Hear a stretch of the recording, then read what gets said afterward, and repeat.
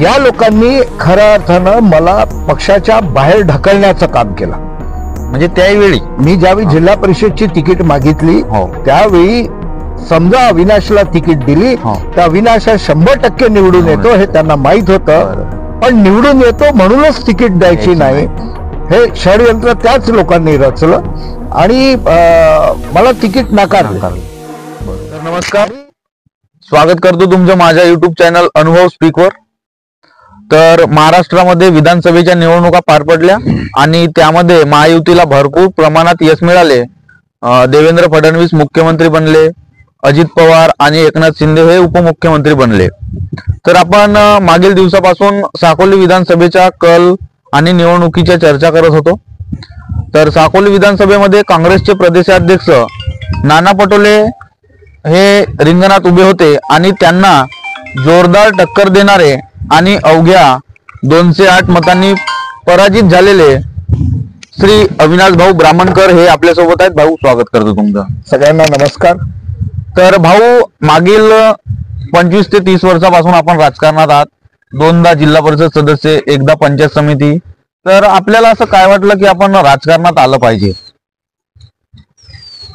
बघा, मी माझं शिक्षण नागपूरला झालं. मी GS कॉमर्स कॉलेजला होतो आणि त्या काळापासून मला लोकांमध्ये राहायची सवय आहे. तेव्हा सुद्धा आम्ही वेगवेगळ्या प्रकारे एक सामाजिक कार्य करण्याचा नेहमी प्रयत्न केला आणि तो छंद पहिलेपासून आहे. जोही व्यक्ती संकटामध्ये सापडला त्या व्यक्तीला आपली कशी मदत होईल किंवा आपण कसं सहकार्य करू शकू याचा प्रयत्न लहानपणापासूनच तो एक छंदाचा पार्ट आहे. तेव्हापासूनच ते सगळं सुरू आहे. आणि एक 95च्या काळामध्ये 1995-96ला मी एक निवडणूक इथे अशीच एक एक्साइटमेंट म्हणून लढलो होतो. पण जेव्हा मी या भागामध्ये आलो आणि या भंडारा जिल्ह्यावरती आणि आपल्या तालुक्यावर, आपल्या गावावर किंवा आपल्या परिसरातल्या लोकांवरती लहानपणापासूनच एक प्रेम आहे की आपलं मूळ गाव हे आहे आणि हे सगळे आपले लोक आहेत, वेगळ्या वेगळ्या समाजाचे लोक आहेत. आणि जेव्हा माझं इथे म्हणजे आमची शेतीवाडी सगळी इथे आहे, घर इथे आहे. आमचे जे मोठे वडील होते भास्करराव भाऊ ब्राह्मणकर, त्यांच्या काळापासून मी हे सगळं बघत आलो. शेकडो लोक रोज घरी यायचे, त्यांचे कामं करून देणं, त्यांचा आदर सत्कार करणं, सगळं काम आम्ही आमच्या लहानपणामध्ये बघितलं आणि तेव्हापासूनच तो छंद लागला. या भागामध्ये आल्यावर मी काही मुद्दे हाताळण्याचा प्रयत्न केला. त्यावेळी तेवढी परिपक्वता नव्हती, पण वेगळ्या वेगळ्या गावामध्ये जायचं, वेगळ्या वेगळ्या विषयावरती लोकांशी चर्चा करायची आणि जो प्रश्न किंवा जो मुद्दा लोकांचा आहे त्याच्यामध्ये हातभार लावण्याचा मी नेहमी प्रयत्न केला. आणि मग अशाच काही कामांमधून मला एक सासरा पंचायत समिती क्षेत्र आहे, त्या सासरा पंचायत समिती क्षेत्रामधून मला तिकीट नाकारली. तर त्यावेळी मी अपक्ष उभा झालो होतो आणि पंचायत समितीला मी 1200 मतांच्या लीडनी मी निवडून आलो होतो. म्हणजे त्यावेळी मला वाटतं भंडारा जिल्ह्यामध्ये सर्वात जास्त लीडनी निवडून येणारा मी होतो. अच्छा. तर त्यावेळी त्या विजयामुळे मला एक प्रोत्साहन मिळालं. बरोबर. आणि लोक जे आहेत या भागामधले यांनी मला वेगवेगळ्या कामांसाठी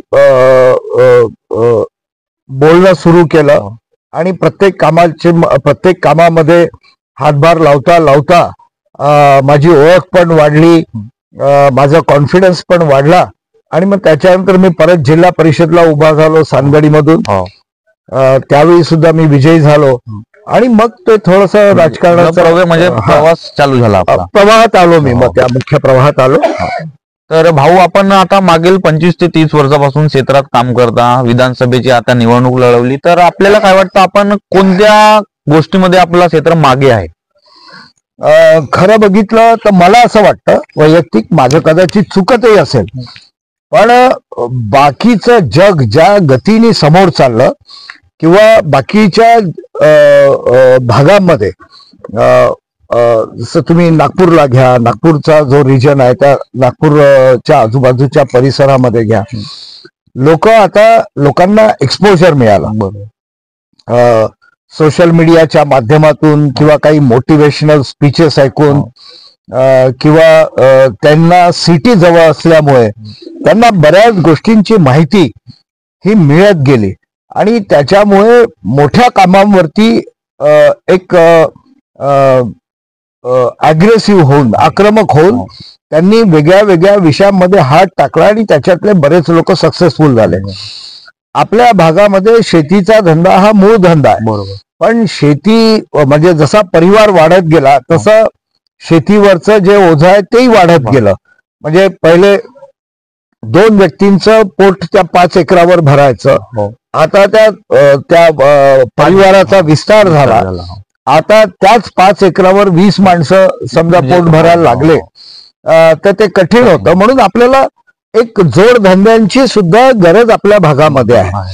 पण जितक्या आक्रमकरित्या वेगळ्या वेगळ्या व्यवसायांबद्दल तरुण मुलांनी विचार करायला हवा तितका एक्सपोजर अजून आपल्या तरुण मित्रांना मिळालं नाही की मी नेमकं या ग्रामीण भागामध्ये काय काय करू शकतो. तर ती माहिती आणि तो धंदा उभा करायला, तो व्यवसाय उभा करायला ज्या काही गोष्टी आजूबाजूने लागतात, फायनान्स लागतो, जागा लागते, पाणी लागतं, विद्युत लागतं, या सर्व गोष्टींचा कॉन्फिडन्स ज्यावेळी आपण त्या तरुण मुलांना देऊ, त्यांना एक चांगलं मार्केट अवेलेबल करून देऊ, त्यावेळी ते आपल्या ग्रामीण भागातल्या तरुण पोरांमुळे मध्ये प्रचंड प्रतिभा आहे. बरोबर. पण रस्ते नाही आहेत. कोणीतरी त्यांच्या पाठीशी उभं राहिल्याशिवाय, समोरची माहिती त्यांना दिल्याशिवाय ते कदाचित तेवढी हिंमत करणार नाही किंवा हिंमत देणारी परिस्थिती त्यांची नाही आहे. समजा कुठे लॉस झाला, म्हणजे नुकसान झालं, तर ते सहन करण्याची आपली आर्थिक परिस्थिती नाही आहे. त्याच्यामुळे कोणी रिस्क घ्यायला तयार नाही. पण रिस्क घेतल्याशिवाय माणूस मोठा होत नाही. आणि म्हणून काही लोकांनी त्यांच्या पाठीशी उभं राहणं गरजेचं आहे. एक चांगलं काय म्हणतात बा त्याला, काही कॅम्प्स घेऊन त्यांना पूर्ण माहिती भेटली की माणसाची भीती कमी होते. जी माहिती भेटली त्या माहितीच्या आधारावर मी समोर जाऊ शकतो एवढा कॉन्फिडन्स मुलांना असतो. पण माहिती नसली तर हे तर खूप मोठं काम आहे, मी कसं करणार, माझी परिस्थिती नाही, अशा टाईपचा एक न्यूनगंड तयार होतो. तो हा न्यूनगंड समजा नाहीसा झाला तर आपल्या मुलांमध्ये प्रचंड प्रतिभा आहे. शहरातल्या मुलांपेक्षा आपले मुलं जास्त काम करू शकतात. एकदा कॉन्फिडन्स आला की ते त्यांना कधी पण मागे टाकतील. तर भाऊ, मागील काळात आपण भाजपामध्ये होतात आणि यावेळी जेव्हा जिल्हा परिषदच्या निवडणुका झाल्या त्यावेळेस सुद्धा आपल्याला भाजपाने जे तिकीट द्यायचं होतं ते नाकारलं आणि त्यानंतर आपण एनसीपी मध्ये गेलं आणि तिथून निवडून आलं. तर यावेळी म्हणजे त्याबद्दल काय सांगाल? तुम्ही याआधी पण भारतीय जनता पार्टीमध्ये होतो. मी किसान आघाडीचा जिल्ह्याचा अध्यक्ष होतो आणि किसान आघाडीचा अध्यक्ष या नात्यांनी आमचे टोलीराम भाऊ वगैरे सगळे सोबत होते त्यावेळी. त्या अध्यक्ष या नात्याने मी बरेच वेगळे आंदोलनं करून किंवा शेतकऱ्यांचे मुद्दे वर आणण्याचा प्रयत्न, त्यांचा आवाज बुलंद करण्याचा प्रयत्न मी त्या काळात करत होतो आणि प्रामाणिकपणे भारतीय जनता पार्टी सोबतच होतो. आज जे लोक ओरडत होते या निवडणुकीच्या दरम्यान, काही अपक्ष आणि त्यांना साथ देणारे काही, आता मी नाव घेत नाही, बरोबर, या लोकांनी खऱ्या अर्थानं मला पक्षाच्या बाहेर ढकलण्याचं काम केलं. म्हणजे त्यावेळी मी ज्यावेळी जिल्हा परिषदची तिकीट मागितली त्यावेळी समजा अविनाशला तिकीट दिली तर अविनाश 100% निवडून येतो हे त्यांना माहित होतं. पण निवडून येतो म्हणूनच तिकीट द्यायची नाही हे षडयंत्र त्याच लोकांनी रचलं आणि मला तिकीट नाकारले. बरोबर. आणि पण आता एक देवाची कृपा म्हणा की त्याच तिकिटासाठी मला यावेळी परत ती तिकीट मिळाली. मी भारतीय जनता पार्टीच्या नेत्यांना, कार्यकर्त्यांना किंवा पक्षातल्या लोकांना कधी एक शब्द सुद्धा वाईट बोललो नाही. मला तिकीट नाकारली. मला त्यावेळी अशी परिस्थिती अशी होती की मला उभं राहणं गरजेचं होतं सामाजिक आणि राजकीय दृष्ट्या जिवंत राहण्यासाठी. तर त्यावेळी मी उभं राहिलो. बरोबर. आणि मी 1,500 मतांच्या मताधिक्याने निवडून आलो. आज परत मी भारतीय मला जिथे पाहिजे होतं तिथे मी आज आहे परत. मला भारतीय जनता पार्टी त्यावेळी पण आवडायची, आजही आवडते आणि मी प्रामाणिकपणे काम करायला तयार आहे. पण ती संधी जी आहे ती मला आता खऱ्या अर्थानं यावेळी मिळाली. तर ह्यावेळी जेव्हा तिकीट तुम्हाला जाहीर झाली तर तुम्हाला सुद्धा माहित नव्हतं, आखरीच्या सणाला तुम्हाला माहित झालं, तर याबद्दल? नाही बघा, मी भारतीय जनता पार्टीची तिकीट मागायला काही असे 100-200 लोक घेऊन मोठ्या मोठ्या नेत्यांकडे चाललो असं कधी झालं नाही. मला सुद्धा मनामध्ये शंका होती की असं होऊ शकणार नाही, पण प्रयत्न करायला काय हरकत आहे, म्हणून मी प्रयत्न करत गेलो.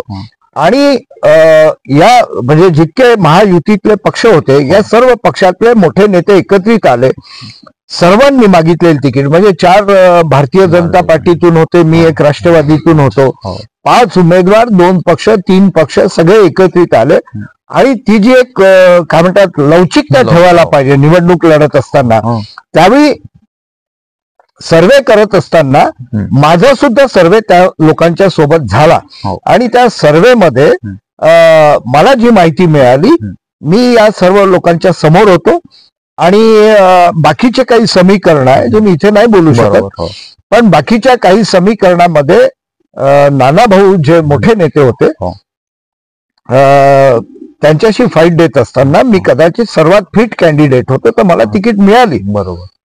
आणि भाऊ जे भाजपातून बंड ज्यांनी केलता, सोमदत्त करंजीकर, ते जेव्हा प्रचार करत होते तेव्हा ते असे म्हणत की आम्हीच खरे भाजपाचे, ते बाहेरून आलेले आहेत. तर यावर कसं आहे, खोटं बोलायला पैसे लागत नाही.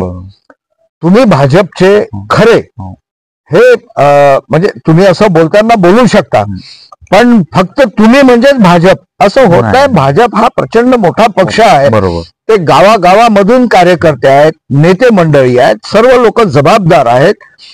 सगळ्यांचं पक्षावरती मनापासून प्रेम आहे. मी म्हणजे भाजपा हा समज चुकीचा आहे. आणि खरं बघितलं ना तर त्या प्रचाराच्या दरम्यान मी पण बरेच भारतीय जनता पार्टीचे जितके कार्यकर्ते आहेत त्यांना भेटायचो आणि त्यांना मी विचारलं की बा हे जे अपक्ष उमेदवार आहे हे तुम्ही शेकडो मिटिंग अटेंड केल्या, याच्यातल्या किती मिटिंगांना ते सोबत होते, पक्षाने अनेक आंदोलनं केले, अनेकदा पक्षातले कार्यकर्ते रस्त्यावर उतरलेले, त्यावेळी सुद्धा हे कितीदा तुमच्या सोबत त्या लढ्यामध्ये त्या संघर्षामध्ये होते. तर मला अशी माहिती मिळाली की बा आम्ही यांना कधी मिटिंगामध्ये बघितलं नाही, किंवा आपल्या परिसरातल्या लोकांवरती जे रोजचे संकट येतात, कधी गारपीट येते, कधी वादळ येतात, कधी पूर येतो, शेत्या तुडतुड्यामुळे किंवा वेगवेगळ्या कारणांनी शेतकऱ्यांचं नुकसान होतं, त्यावेळी जे शासनाकडनं आपण शेतकऱ्यांना किंवा ग्रामीण भागातल्या लोकांना न्याय मिळवून देण्यासाठी जो लढा उभा करतो, या लढ्यामध्ये हे कितीदा होते. तर मला माहिती मिळाली की हे कधीच नव्हते, तर आत्ता नव्याने आले 5-6 महिन्यांपूर्वी. म्हणजे भंडारा जिल्ह्यातच नाही तर देशात सुद्धा ते नव्हते. आणि एवढ्या घाईत माणसांनी राजकारणात तरी राहू नये असं माझं प्रामाणिक मत आहे. तुम्ही एक वेळ द्यायला पाहिजे. तुमच्यावरती हजारो आणि लाखो लोकांचा विश्वास बसायला वेळ लागतो. फक्त तुमच्याजवळ पैसा आहे म्हणून काही लोक, ठीक आहे, प्रत्येकाची विचार करायची पद्धत वेगळी असते, काही लोक तुम्ही सोबत जमवले, पण त्याच्याने हे काही सिद्ध होत नाही की तुम्ही म्हणजे भाजपा खूप मोठा पक्ष आहे. शेकडो लोक रोज काम करतात, मागच्या अनेक वर्षांपासून काम करत आलेले आहेत. मी असं कधीच म्हणणार नाही. मला तर माझं हे सौभाग्य आहे की भारतीय जनता पार्टीच्या सर्व नेत्यांनी आणि कार्यकर्त्यांनी एक मन मोठं केलं इथली राजकीय परिस्थिती समजून, आणि मला आपल्यामध्ये सामावून घेतलं. आणि मी सुद्धा शब्द देतो की मी पहिले पण प्रामाणिकपणेच काम करत होतो, मी आजही प्रामाणिकपणे काम करील. या निवडणुकीमध्ये भारतीय जनता पार्टीच्या सर्व नेत्यांनी, गावागावातल्या गाव पातळीवरच्या सर्व कार्यकर्त्यांनी ज्या पद्धतीने काम केलं, मी खरंच त्यांना सॅल्यूट करतो. मी त्यांचा आभारी आहे, मी नतमस्तक आहे त्यांच्या समोर. तर भाऊ, जे आता ह्या निवडणुकीमध्ये ईव्हीएम वर मतदान झालं आणि आपण जे म्हणजे पोस्टलचे जे मतदान असतात त्याच्याकडे आपण जास्त लक्ष दिले नाही. आपण जे ईव्हीएम वर आता जे जनसामान्याचे मतदान आहे त्यांच्याकडे भरपूर प्रमाणात लक्ष होते आणि त्यामध्ये पोस्टल मध्येच आपला पराभव झाला. तर यावर काय सांगाल? खरं बघितलं तर ज्यावेळी उमेदवारी मिळाली आणि त्यानंतर आपल्या मतदारसंघामध्ये जितके गावं आहेत आणि आमच्या वाटेला आलेले दिवस बरोबर उमेदवारी मिळाल्यानंतर तर एक मोठं टेन्शन माणसाच्या मनावर होतं, इतक्या कमी दिवसामध्ये इतके गावं कसे कव्हर करायचे. आणि नुसतं तुम्ही गावाला गेले एखाद्या आणि त्याला हात लावून परत आले बरोबर आणि मोजत गेले की माझे हे काम, माझं हे गाव झालं, त्याच्याने काही तुम्ही निवडणूक लढू शकत नाही. तुम्हाला त्या गावामध्ये जावं लागेल, सर्व मतदारांचा तुम्हाला आदर करावा लागेल, प्रत्येक व्यक्तीजवळ पोहोचणं, आपल्या पक्षाच्या सगळ्या योजना, ज्या योजनामुळे इथल्या ग्रामीण भागातल्या लोकांच्या जीवनामध्ये सकारात्मक बदल झाले, त्या सर्व योजना त्या गावातल्या लोकांपर्यंत पोहोचवणं, जेणेकरून त्यांचा जो झुकाव आपण ज्याला म्हणतो निवडणुकीमध्ये तो आपल्या पक्षाकडनं येईल. हे सगळं करायला वेळ लागलो आणि तरी आम्ही आमचा आटोकाट प्रयत्न केला. आमच्या सर्व पक्षाच्या कार्यकर्त्यांनी पण तो प्रयत्न पोटतिडकीने केला आणि आम्ही इथपर्यंत पोहोचलो. पण या सर्व प्रवासामध्ये प्रचाराच्या ज्या वेगळ्या वेगळ्या विषयांवरती भरपूर वेळ देऊन माणसांनी विचार करायला पाहिजे, प्लॅनिंग करायला पाहिजे, तर त्याच्यामध्ये कुठेतरी चूक झाली आणि पोस्टल मत जे नीट विचार केला तर काही खूप असे इथले जे स्थानिक मुद्दे आहेत त्या मुद्द्यांवरती आधारित नसतात. ते मुद्दे त्यांचा एकच इश्यू होता आणि त्याच इश्यूच्या आधारावरती किंवा जो फर्स्ट कम फर्स्ट बेसिसवरती जो पहिले आला आम्हाला भेटला, बाकीचा व्यवहार केला आणि मत दिलं, अशा प्रकारचे मतं असतात. तर त्याच्यामध्ये आमचं थोडंसं दुर्लक्ष झालं. त्याच्यामुळे थोडेसे नानाभाऊ समोर निघून गेले.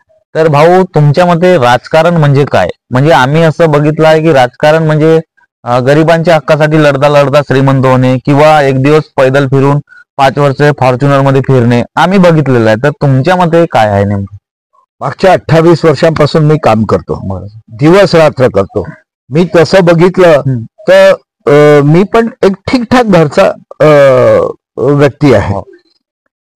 पण मी किंवा आमच्या पहिलीची जी पिढी होती, आमचे मोठे वडील वगैरे वगैरे, तर या पूर्ण वर्षांमध्ये आजपर्यंत आमच्या घरामध्ये कधी 10 रुपयाची सुद्धा नोट चुकीच्या माध्यमातून आली नाही. बरोबर. आमच्या घरी कधी कोणाचा अपमान झाला नाही. आमच्या घरातल्या कोणत्याही व्यक्तीने कधी कोणाला अभे सुद्धा म्हटलं नाही.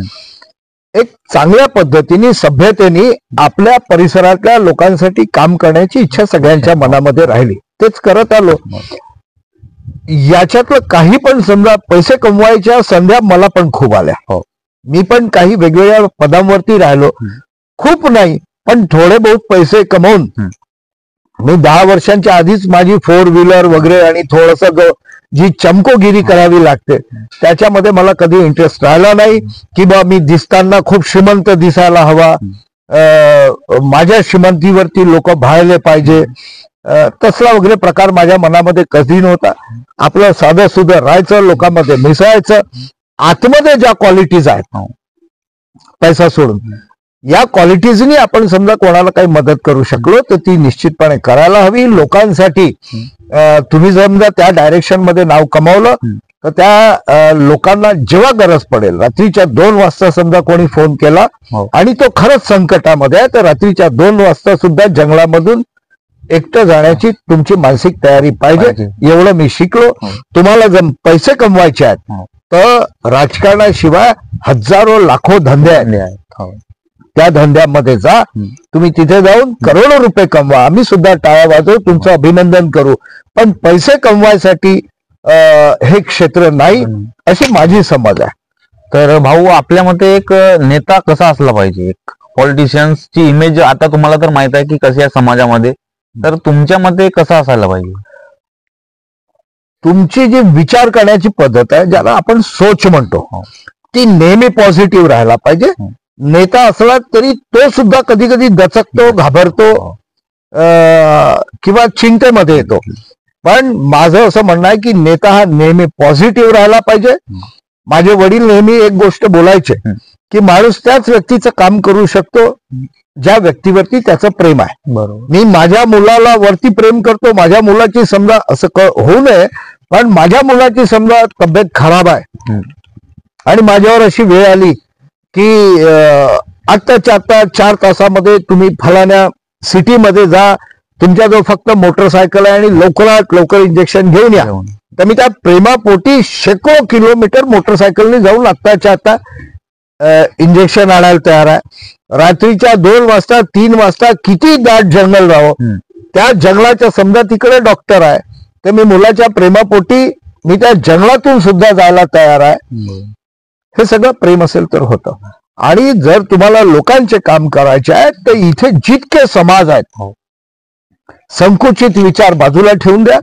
जितके समाज आहेत, तो गरीब असो, श्रीमंत असो, कोणत्याही समाजाचा असो, कोणत्याही जातीचा असो, त्या माणसावरती तुमचं प्रेम असायला पाहिजे आणि त्या प्रेमापोटी तुम्ही दिवस रात्र काम करायला ऑटोमॅटिकली तयार व्हाल, असा माझा समज आहे. तर लोकांवरती प्रेम करणारा नेता असावा, सोच चांगली असावी, पॉझिटिव्ह असावी. छोट्या गोष्टी ज्या माणसाला विचलित करतात, त्या छोट्या गोष्टी, चुगल्या चपाट्या, हा माझ्या समोर जायला नको तर मग त्याला संपवा, हे सगळे विषय बंद करून सगळे जण हातात हात घालून कसं समोर जाता येईल याचा प्रयत्न आपण सगळ्यांनी मिळून करायला. तर भाऊ, राजकारणामध्ये प्रामाणिकपणा आणि नैतिकतेपेक्षा सत्ता अधिक महत्वाची असते का? सत्तेला महत्व आहे, पण जर तुमच्याजवळ नैतिकता नसेल तर ती सत्ता येऊनही फायदा नाही, त्याचा दुरुपयोग होईल. म्हणून प्राधान्याने पहिले तुम्ही तुमची नैतिकता किंवा तुमची जी वैचारिक पातळी आहे किंवा वैचारिक जी श्रीमंती आहे ती पहिले जोपासल्या पाहिजे. आणि जर तुमच्यामध्ये नैतिकता, प्रामाणिकपणा, लोकांवरचं असलेलं प्रेम, या सगळ्या गोष्टी समजा भरपूर प्रमाणात आहे आणि मग तुमच्याजवळ सत्ता आली तर त्या सत्तेचा एक सदुपयोग या परिसरातल्या लोकांसाठी होऊ शकतो, अन्यथा नाही. बरं भाऊ, आम्हाला सांगा की आता जसं तुम्ही 1995 पहिली निवडणूक लढवली आणि राजकारणामध्ये नेपोटिझम हा विषय म्हणजे होतच चाललेला आहे आणि आताही आहे, तर तुम्हाला 25 ते 30 वर्ष लागली की आमदार या पदासाठी आता उभं राहिला आणि एखादा मंत्र्याचा मुलगा असेल किंवा असेल तर त्याला तुरंतच तिकीट दिलं जाते, पक्षाची असो किंवा काही असो. तर नेपोटिझम बद्दल तुमचं काय मत आहे? नाही बघा, इतके लोक म्हणजे जी विविधता आहे, आता आपल्याच भागामध्ये बघा, वेगळ्या वेगळ्या समाजाचे लोक आहेत, वेगळ्या वेगळ्या सगळ्यांचा विचार करण्याची पद्धत वेगळी आहे, लोकांच्या अडचणी वेगळ्या वेगळ्या पद्धतीच्या आहेत. हे सगळं समजून घ्यायला आणि लोकांमध्ये मिसळून जायला, त्यांचा विश्वास कमायला म्हणजे मिळवायला भरपूर वेळ लागला. ते इतकं सोपं नाही आहे. एखाद्या नेत्याचा मुलगा तो लहानपणापासून वडिलांच्या राजकारणामध्ये इंटरेस्ट घेत असेल आणि तो सुद्धा पोटतिडकीनी, तितक्याच पोटतिडकीनी लोकांसाठी काम करत असेल, समजून घेत असेल, त्यांनी त्याच्या आधी भरपूर वेळ लोकांना दिलेला आहे, लोकांचा विश्वास त्याच्यावरती सुद्धा बसला असेल, तर त्या स्वतःच्या क्वालिटीजच्या भरोशावरती तो राजकारणात येत असेल. पण तो त्याचा म्हणजे त्या नेत्यांचा मुलगा आहे म्हणून त्याला समजा काही अधिकचा फायदा होत असेल तर मला त्याच्यामध्ये काही म्हणजे आक्षेपार्ह काही नाही आहे. त्यांनी पण समोर यावं. लोकांना पण चांगल्या नेतृत्वाची गरज आहे. पण तुम्ही एकटेच समजा तुमच्या मागे पुढे कोणी नाही आहे, तुम्ही एकटेच उतरले तर मग तुम्हाला अधिकचा प्रयत्न करावा लागेल. पण म्हणजे असं म्हणतात की बा आपली जी गौरी असते शेणाची, जी थापून मग वाळवून कडक झाली असते, ती एखाद्या झाडाच्या बुंद्याला तुम्ही टेकवून ठेवली तर त्याचं खत होत नाही, लागणार नाही. पण तीच आपण त्याची भुकटी केली आणि त्या मातीत मिसळून टाकली व्यवस्थित, मी पाणी सोडलं तर ते खत लागेल. तर तुम्हाला इथे मिसळून जावं लागतं आणि ते मिसळणं इतकं सोपं नाही आहे, त्याच्यासाठी खूप कष्ट घ्यावे लागतात. बरं भाऊ, आता एक शेवटचा प्रश्न म्हणजे की आता माणूस रोज काही ना काही शिकत असतो आणि या निवडणुकीत आपल्याला असं काय म्हणजे शिकायला मिळालं की यानंतर आपण म्हणजे त्यासाठी सतर्क राहाल समोर? या निवडणुकीमध्ये मला भरपूर अनुभव आला एवढी मोठी निवडणूक मी कधी लढलो नव्हतो. बरोबर. राजकारणामध्ये खूप वर्षांपासून आहे, अनेक निवडणुका लढलो, पण ही माझ्यासाठी एक मोठी निवडणूक होती आणि याच्यामध्ये मला भरपूर गोष्टी शिकायला मिळाल्या. एक गोष्ट नक्की लक्षात आली की जितकी मोठी निवडणूक तितक्या मोठ्या मनाचे तुम्ही असायला हवे. तुमचं मन छोटं राहून गेलं आणि निवडणूक मोठी होईल, खूप कठीण जातं. तुम्हाला सगळ्यांना सामावून घ्यावं लागतं. कदाचित तो जो स्पॅन असतो, ती जी वेळ असते निवडणुकीची, तुम्ही सुरुवात केली त्या दिवशी कदाचित तुमच्यापासून बऱ्याच अंतरावरती तो कार्यकर्ता उभा होता. तुम्हाला भेटल्यानंतर तो तुम्हाला एक तर पसंत करतो किंवा तुमचा तिरस्कार करतो. तो तुमच्या जवळ यायच्या आधी कदाचित तुमच्या विरोधात बोलला असेल, त्याचा राग मानू नका. त्याला आपल्या जवळ कसा आणता येईल, विश्वास कसा संपादन करता येईल याचा प्रयत्न करा. लोक रोज वेगळ्या वेगळ्या पद्धतीने विचार करतात. जो व्यक्ती पहिले नव्हता आवडत तो आज आवडायला लागतो, कारण तो जवळ आला, त्यांनी तो विश्वास मिळवला. अशा अनेक गोष्टी आहेत. छोट्या गोष्टींकडे लक्षच द्यायचं नाही, समोर जायचं. जो माणूस दूर उभा आहे त्याच्याजवळ सुद्धा कसं जायचं तोही प्रयत्न करायला पाहिजे. मला तर एक लक्षात आला, तर याच निवडणुकीच्या दरम्यान ज्या गोष्टी कधी कधी खूप चांगले कपडे घातलेला आणि खूप मोठ्या गाडीत बसलेला माणूस सांगू शकत नाही, तो आमच्या गावखेड्यातला एक फाटलं धोतर घातलेला माणूस सुद्धा इतका सुंदर बोलून जातो. फक्त तुम्हाला तो विषय पकडता आला पाहिजे. तो जे वाक्य तो व्यक्ती बोलला, एक साधा शेतकरी एखादं वाक्य बोलतो तर त्याचं मर्म समजण्याची ताकद तुमच्यामध्ये सुद्धा असावी. कदाचित तेच वाक्य किंवा त्या वाक्यामध्ये असलेला अर्थ तुम्हाला दिशा दाखवतो. म्हणून कोणाला कमी लेखू नका. बऱ्याच गोष्टी शिकलो याच्यामध्ये. बरं, धन्यवाद भाऊ. आपण मन मोकळेपणाने आमच्यासोबत संवाद साधला. आम्ही तुमचे आभार मानतो. सगळ्यांना नमस्कार, राम राम.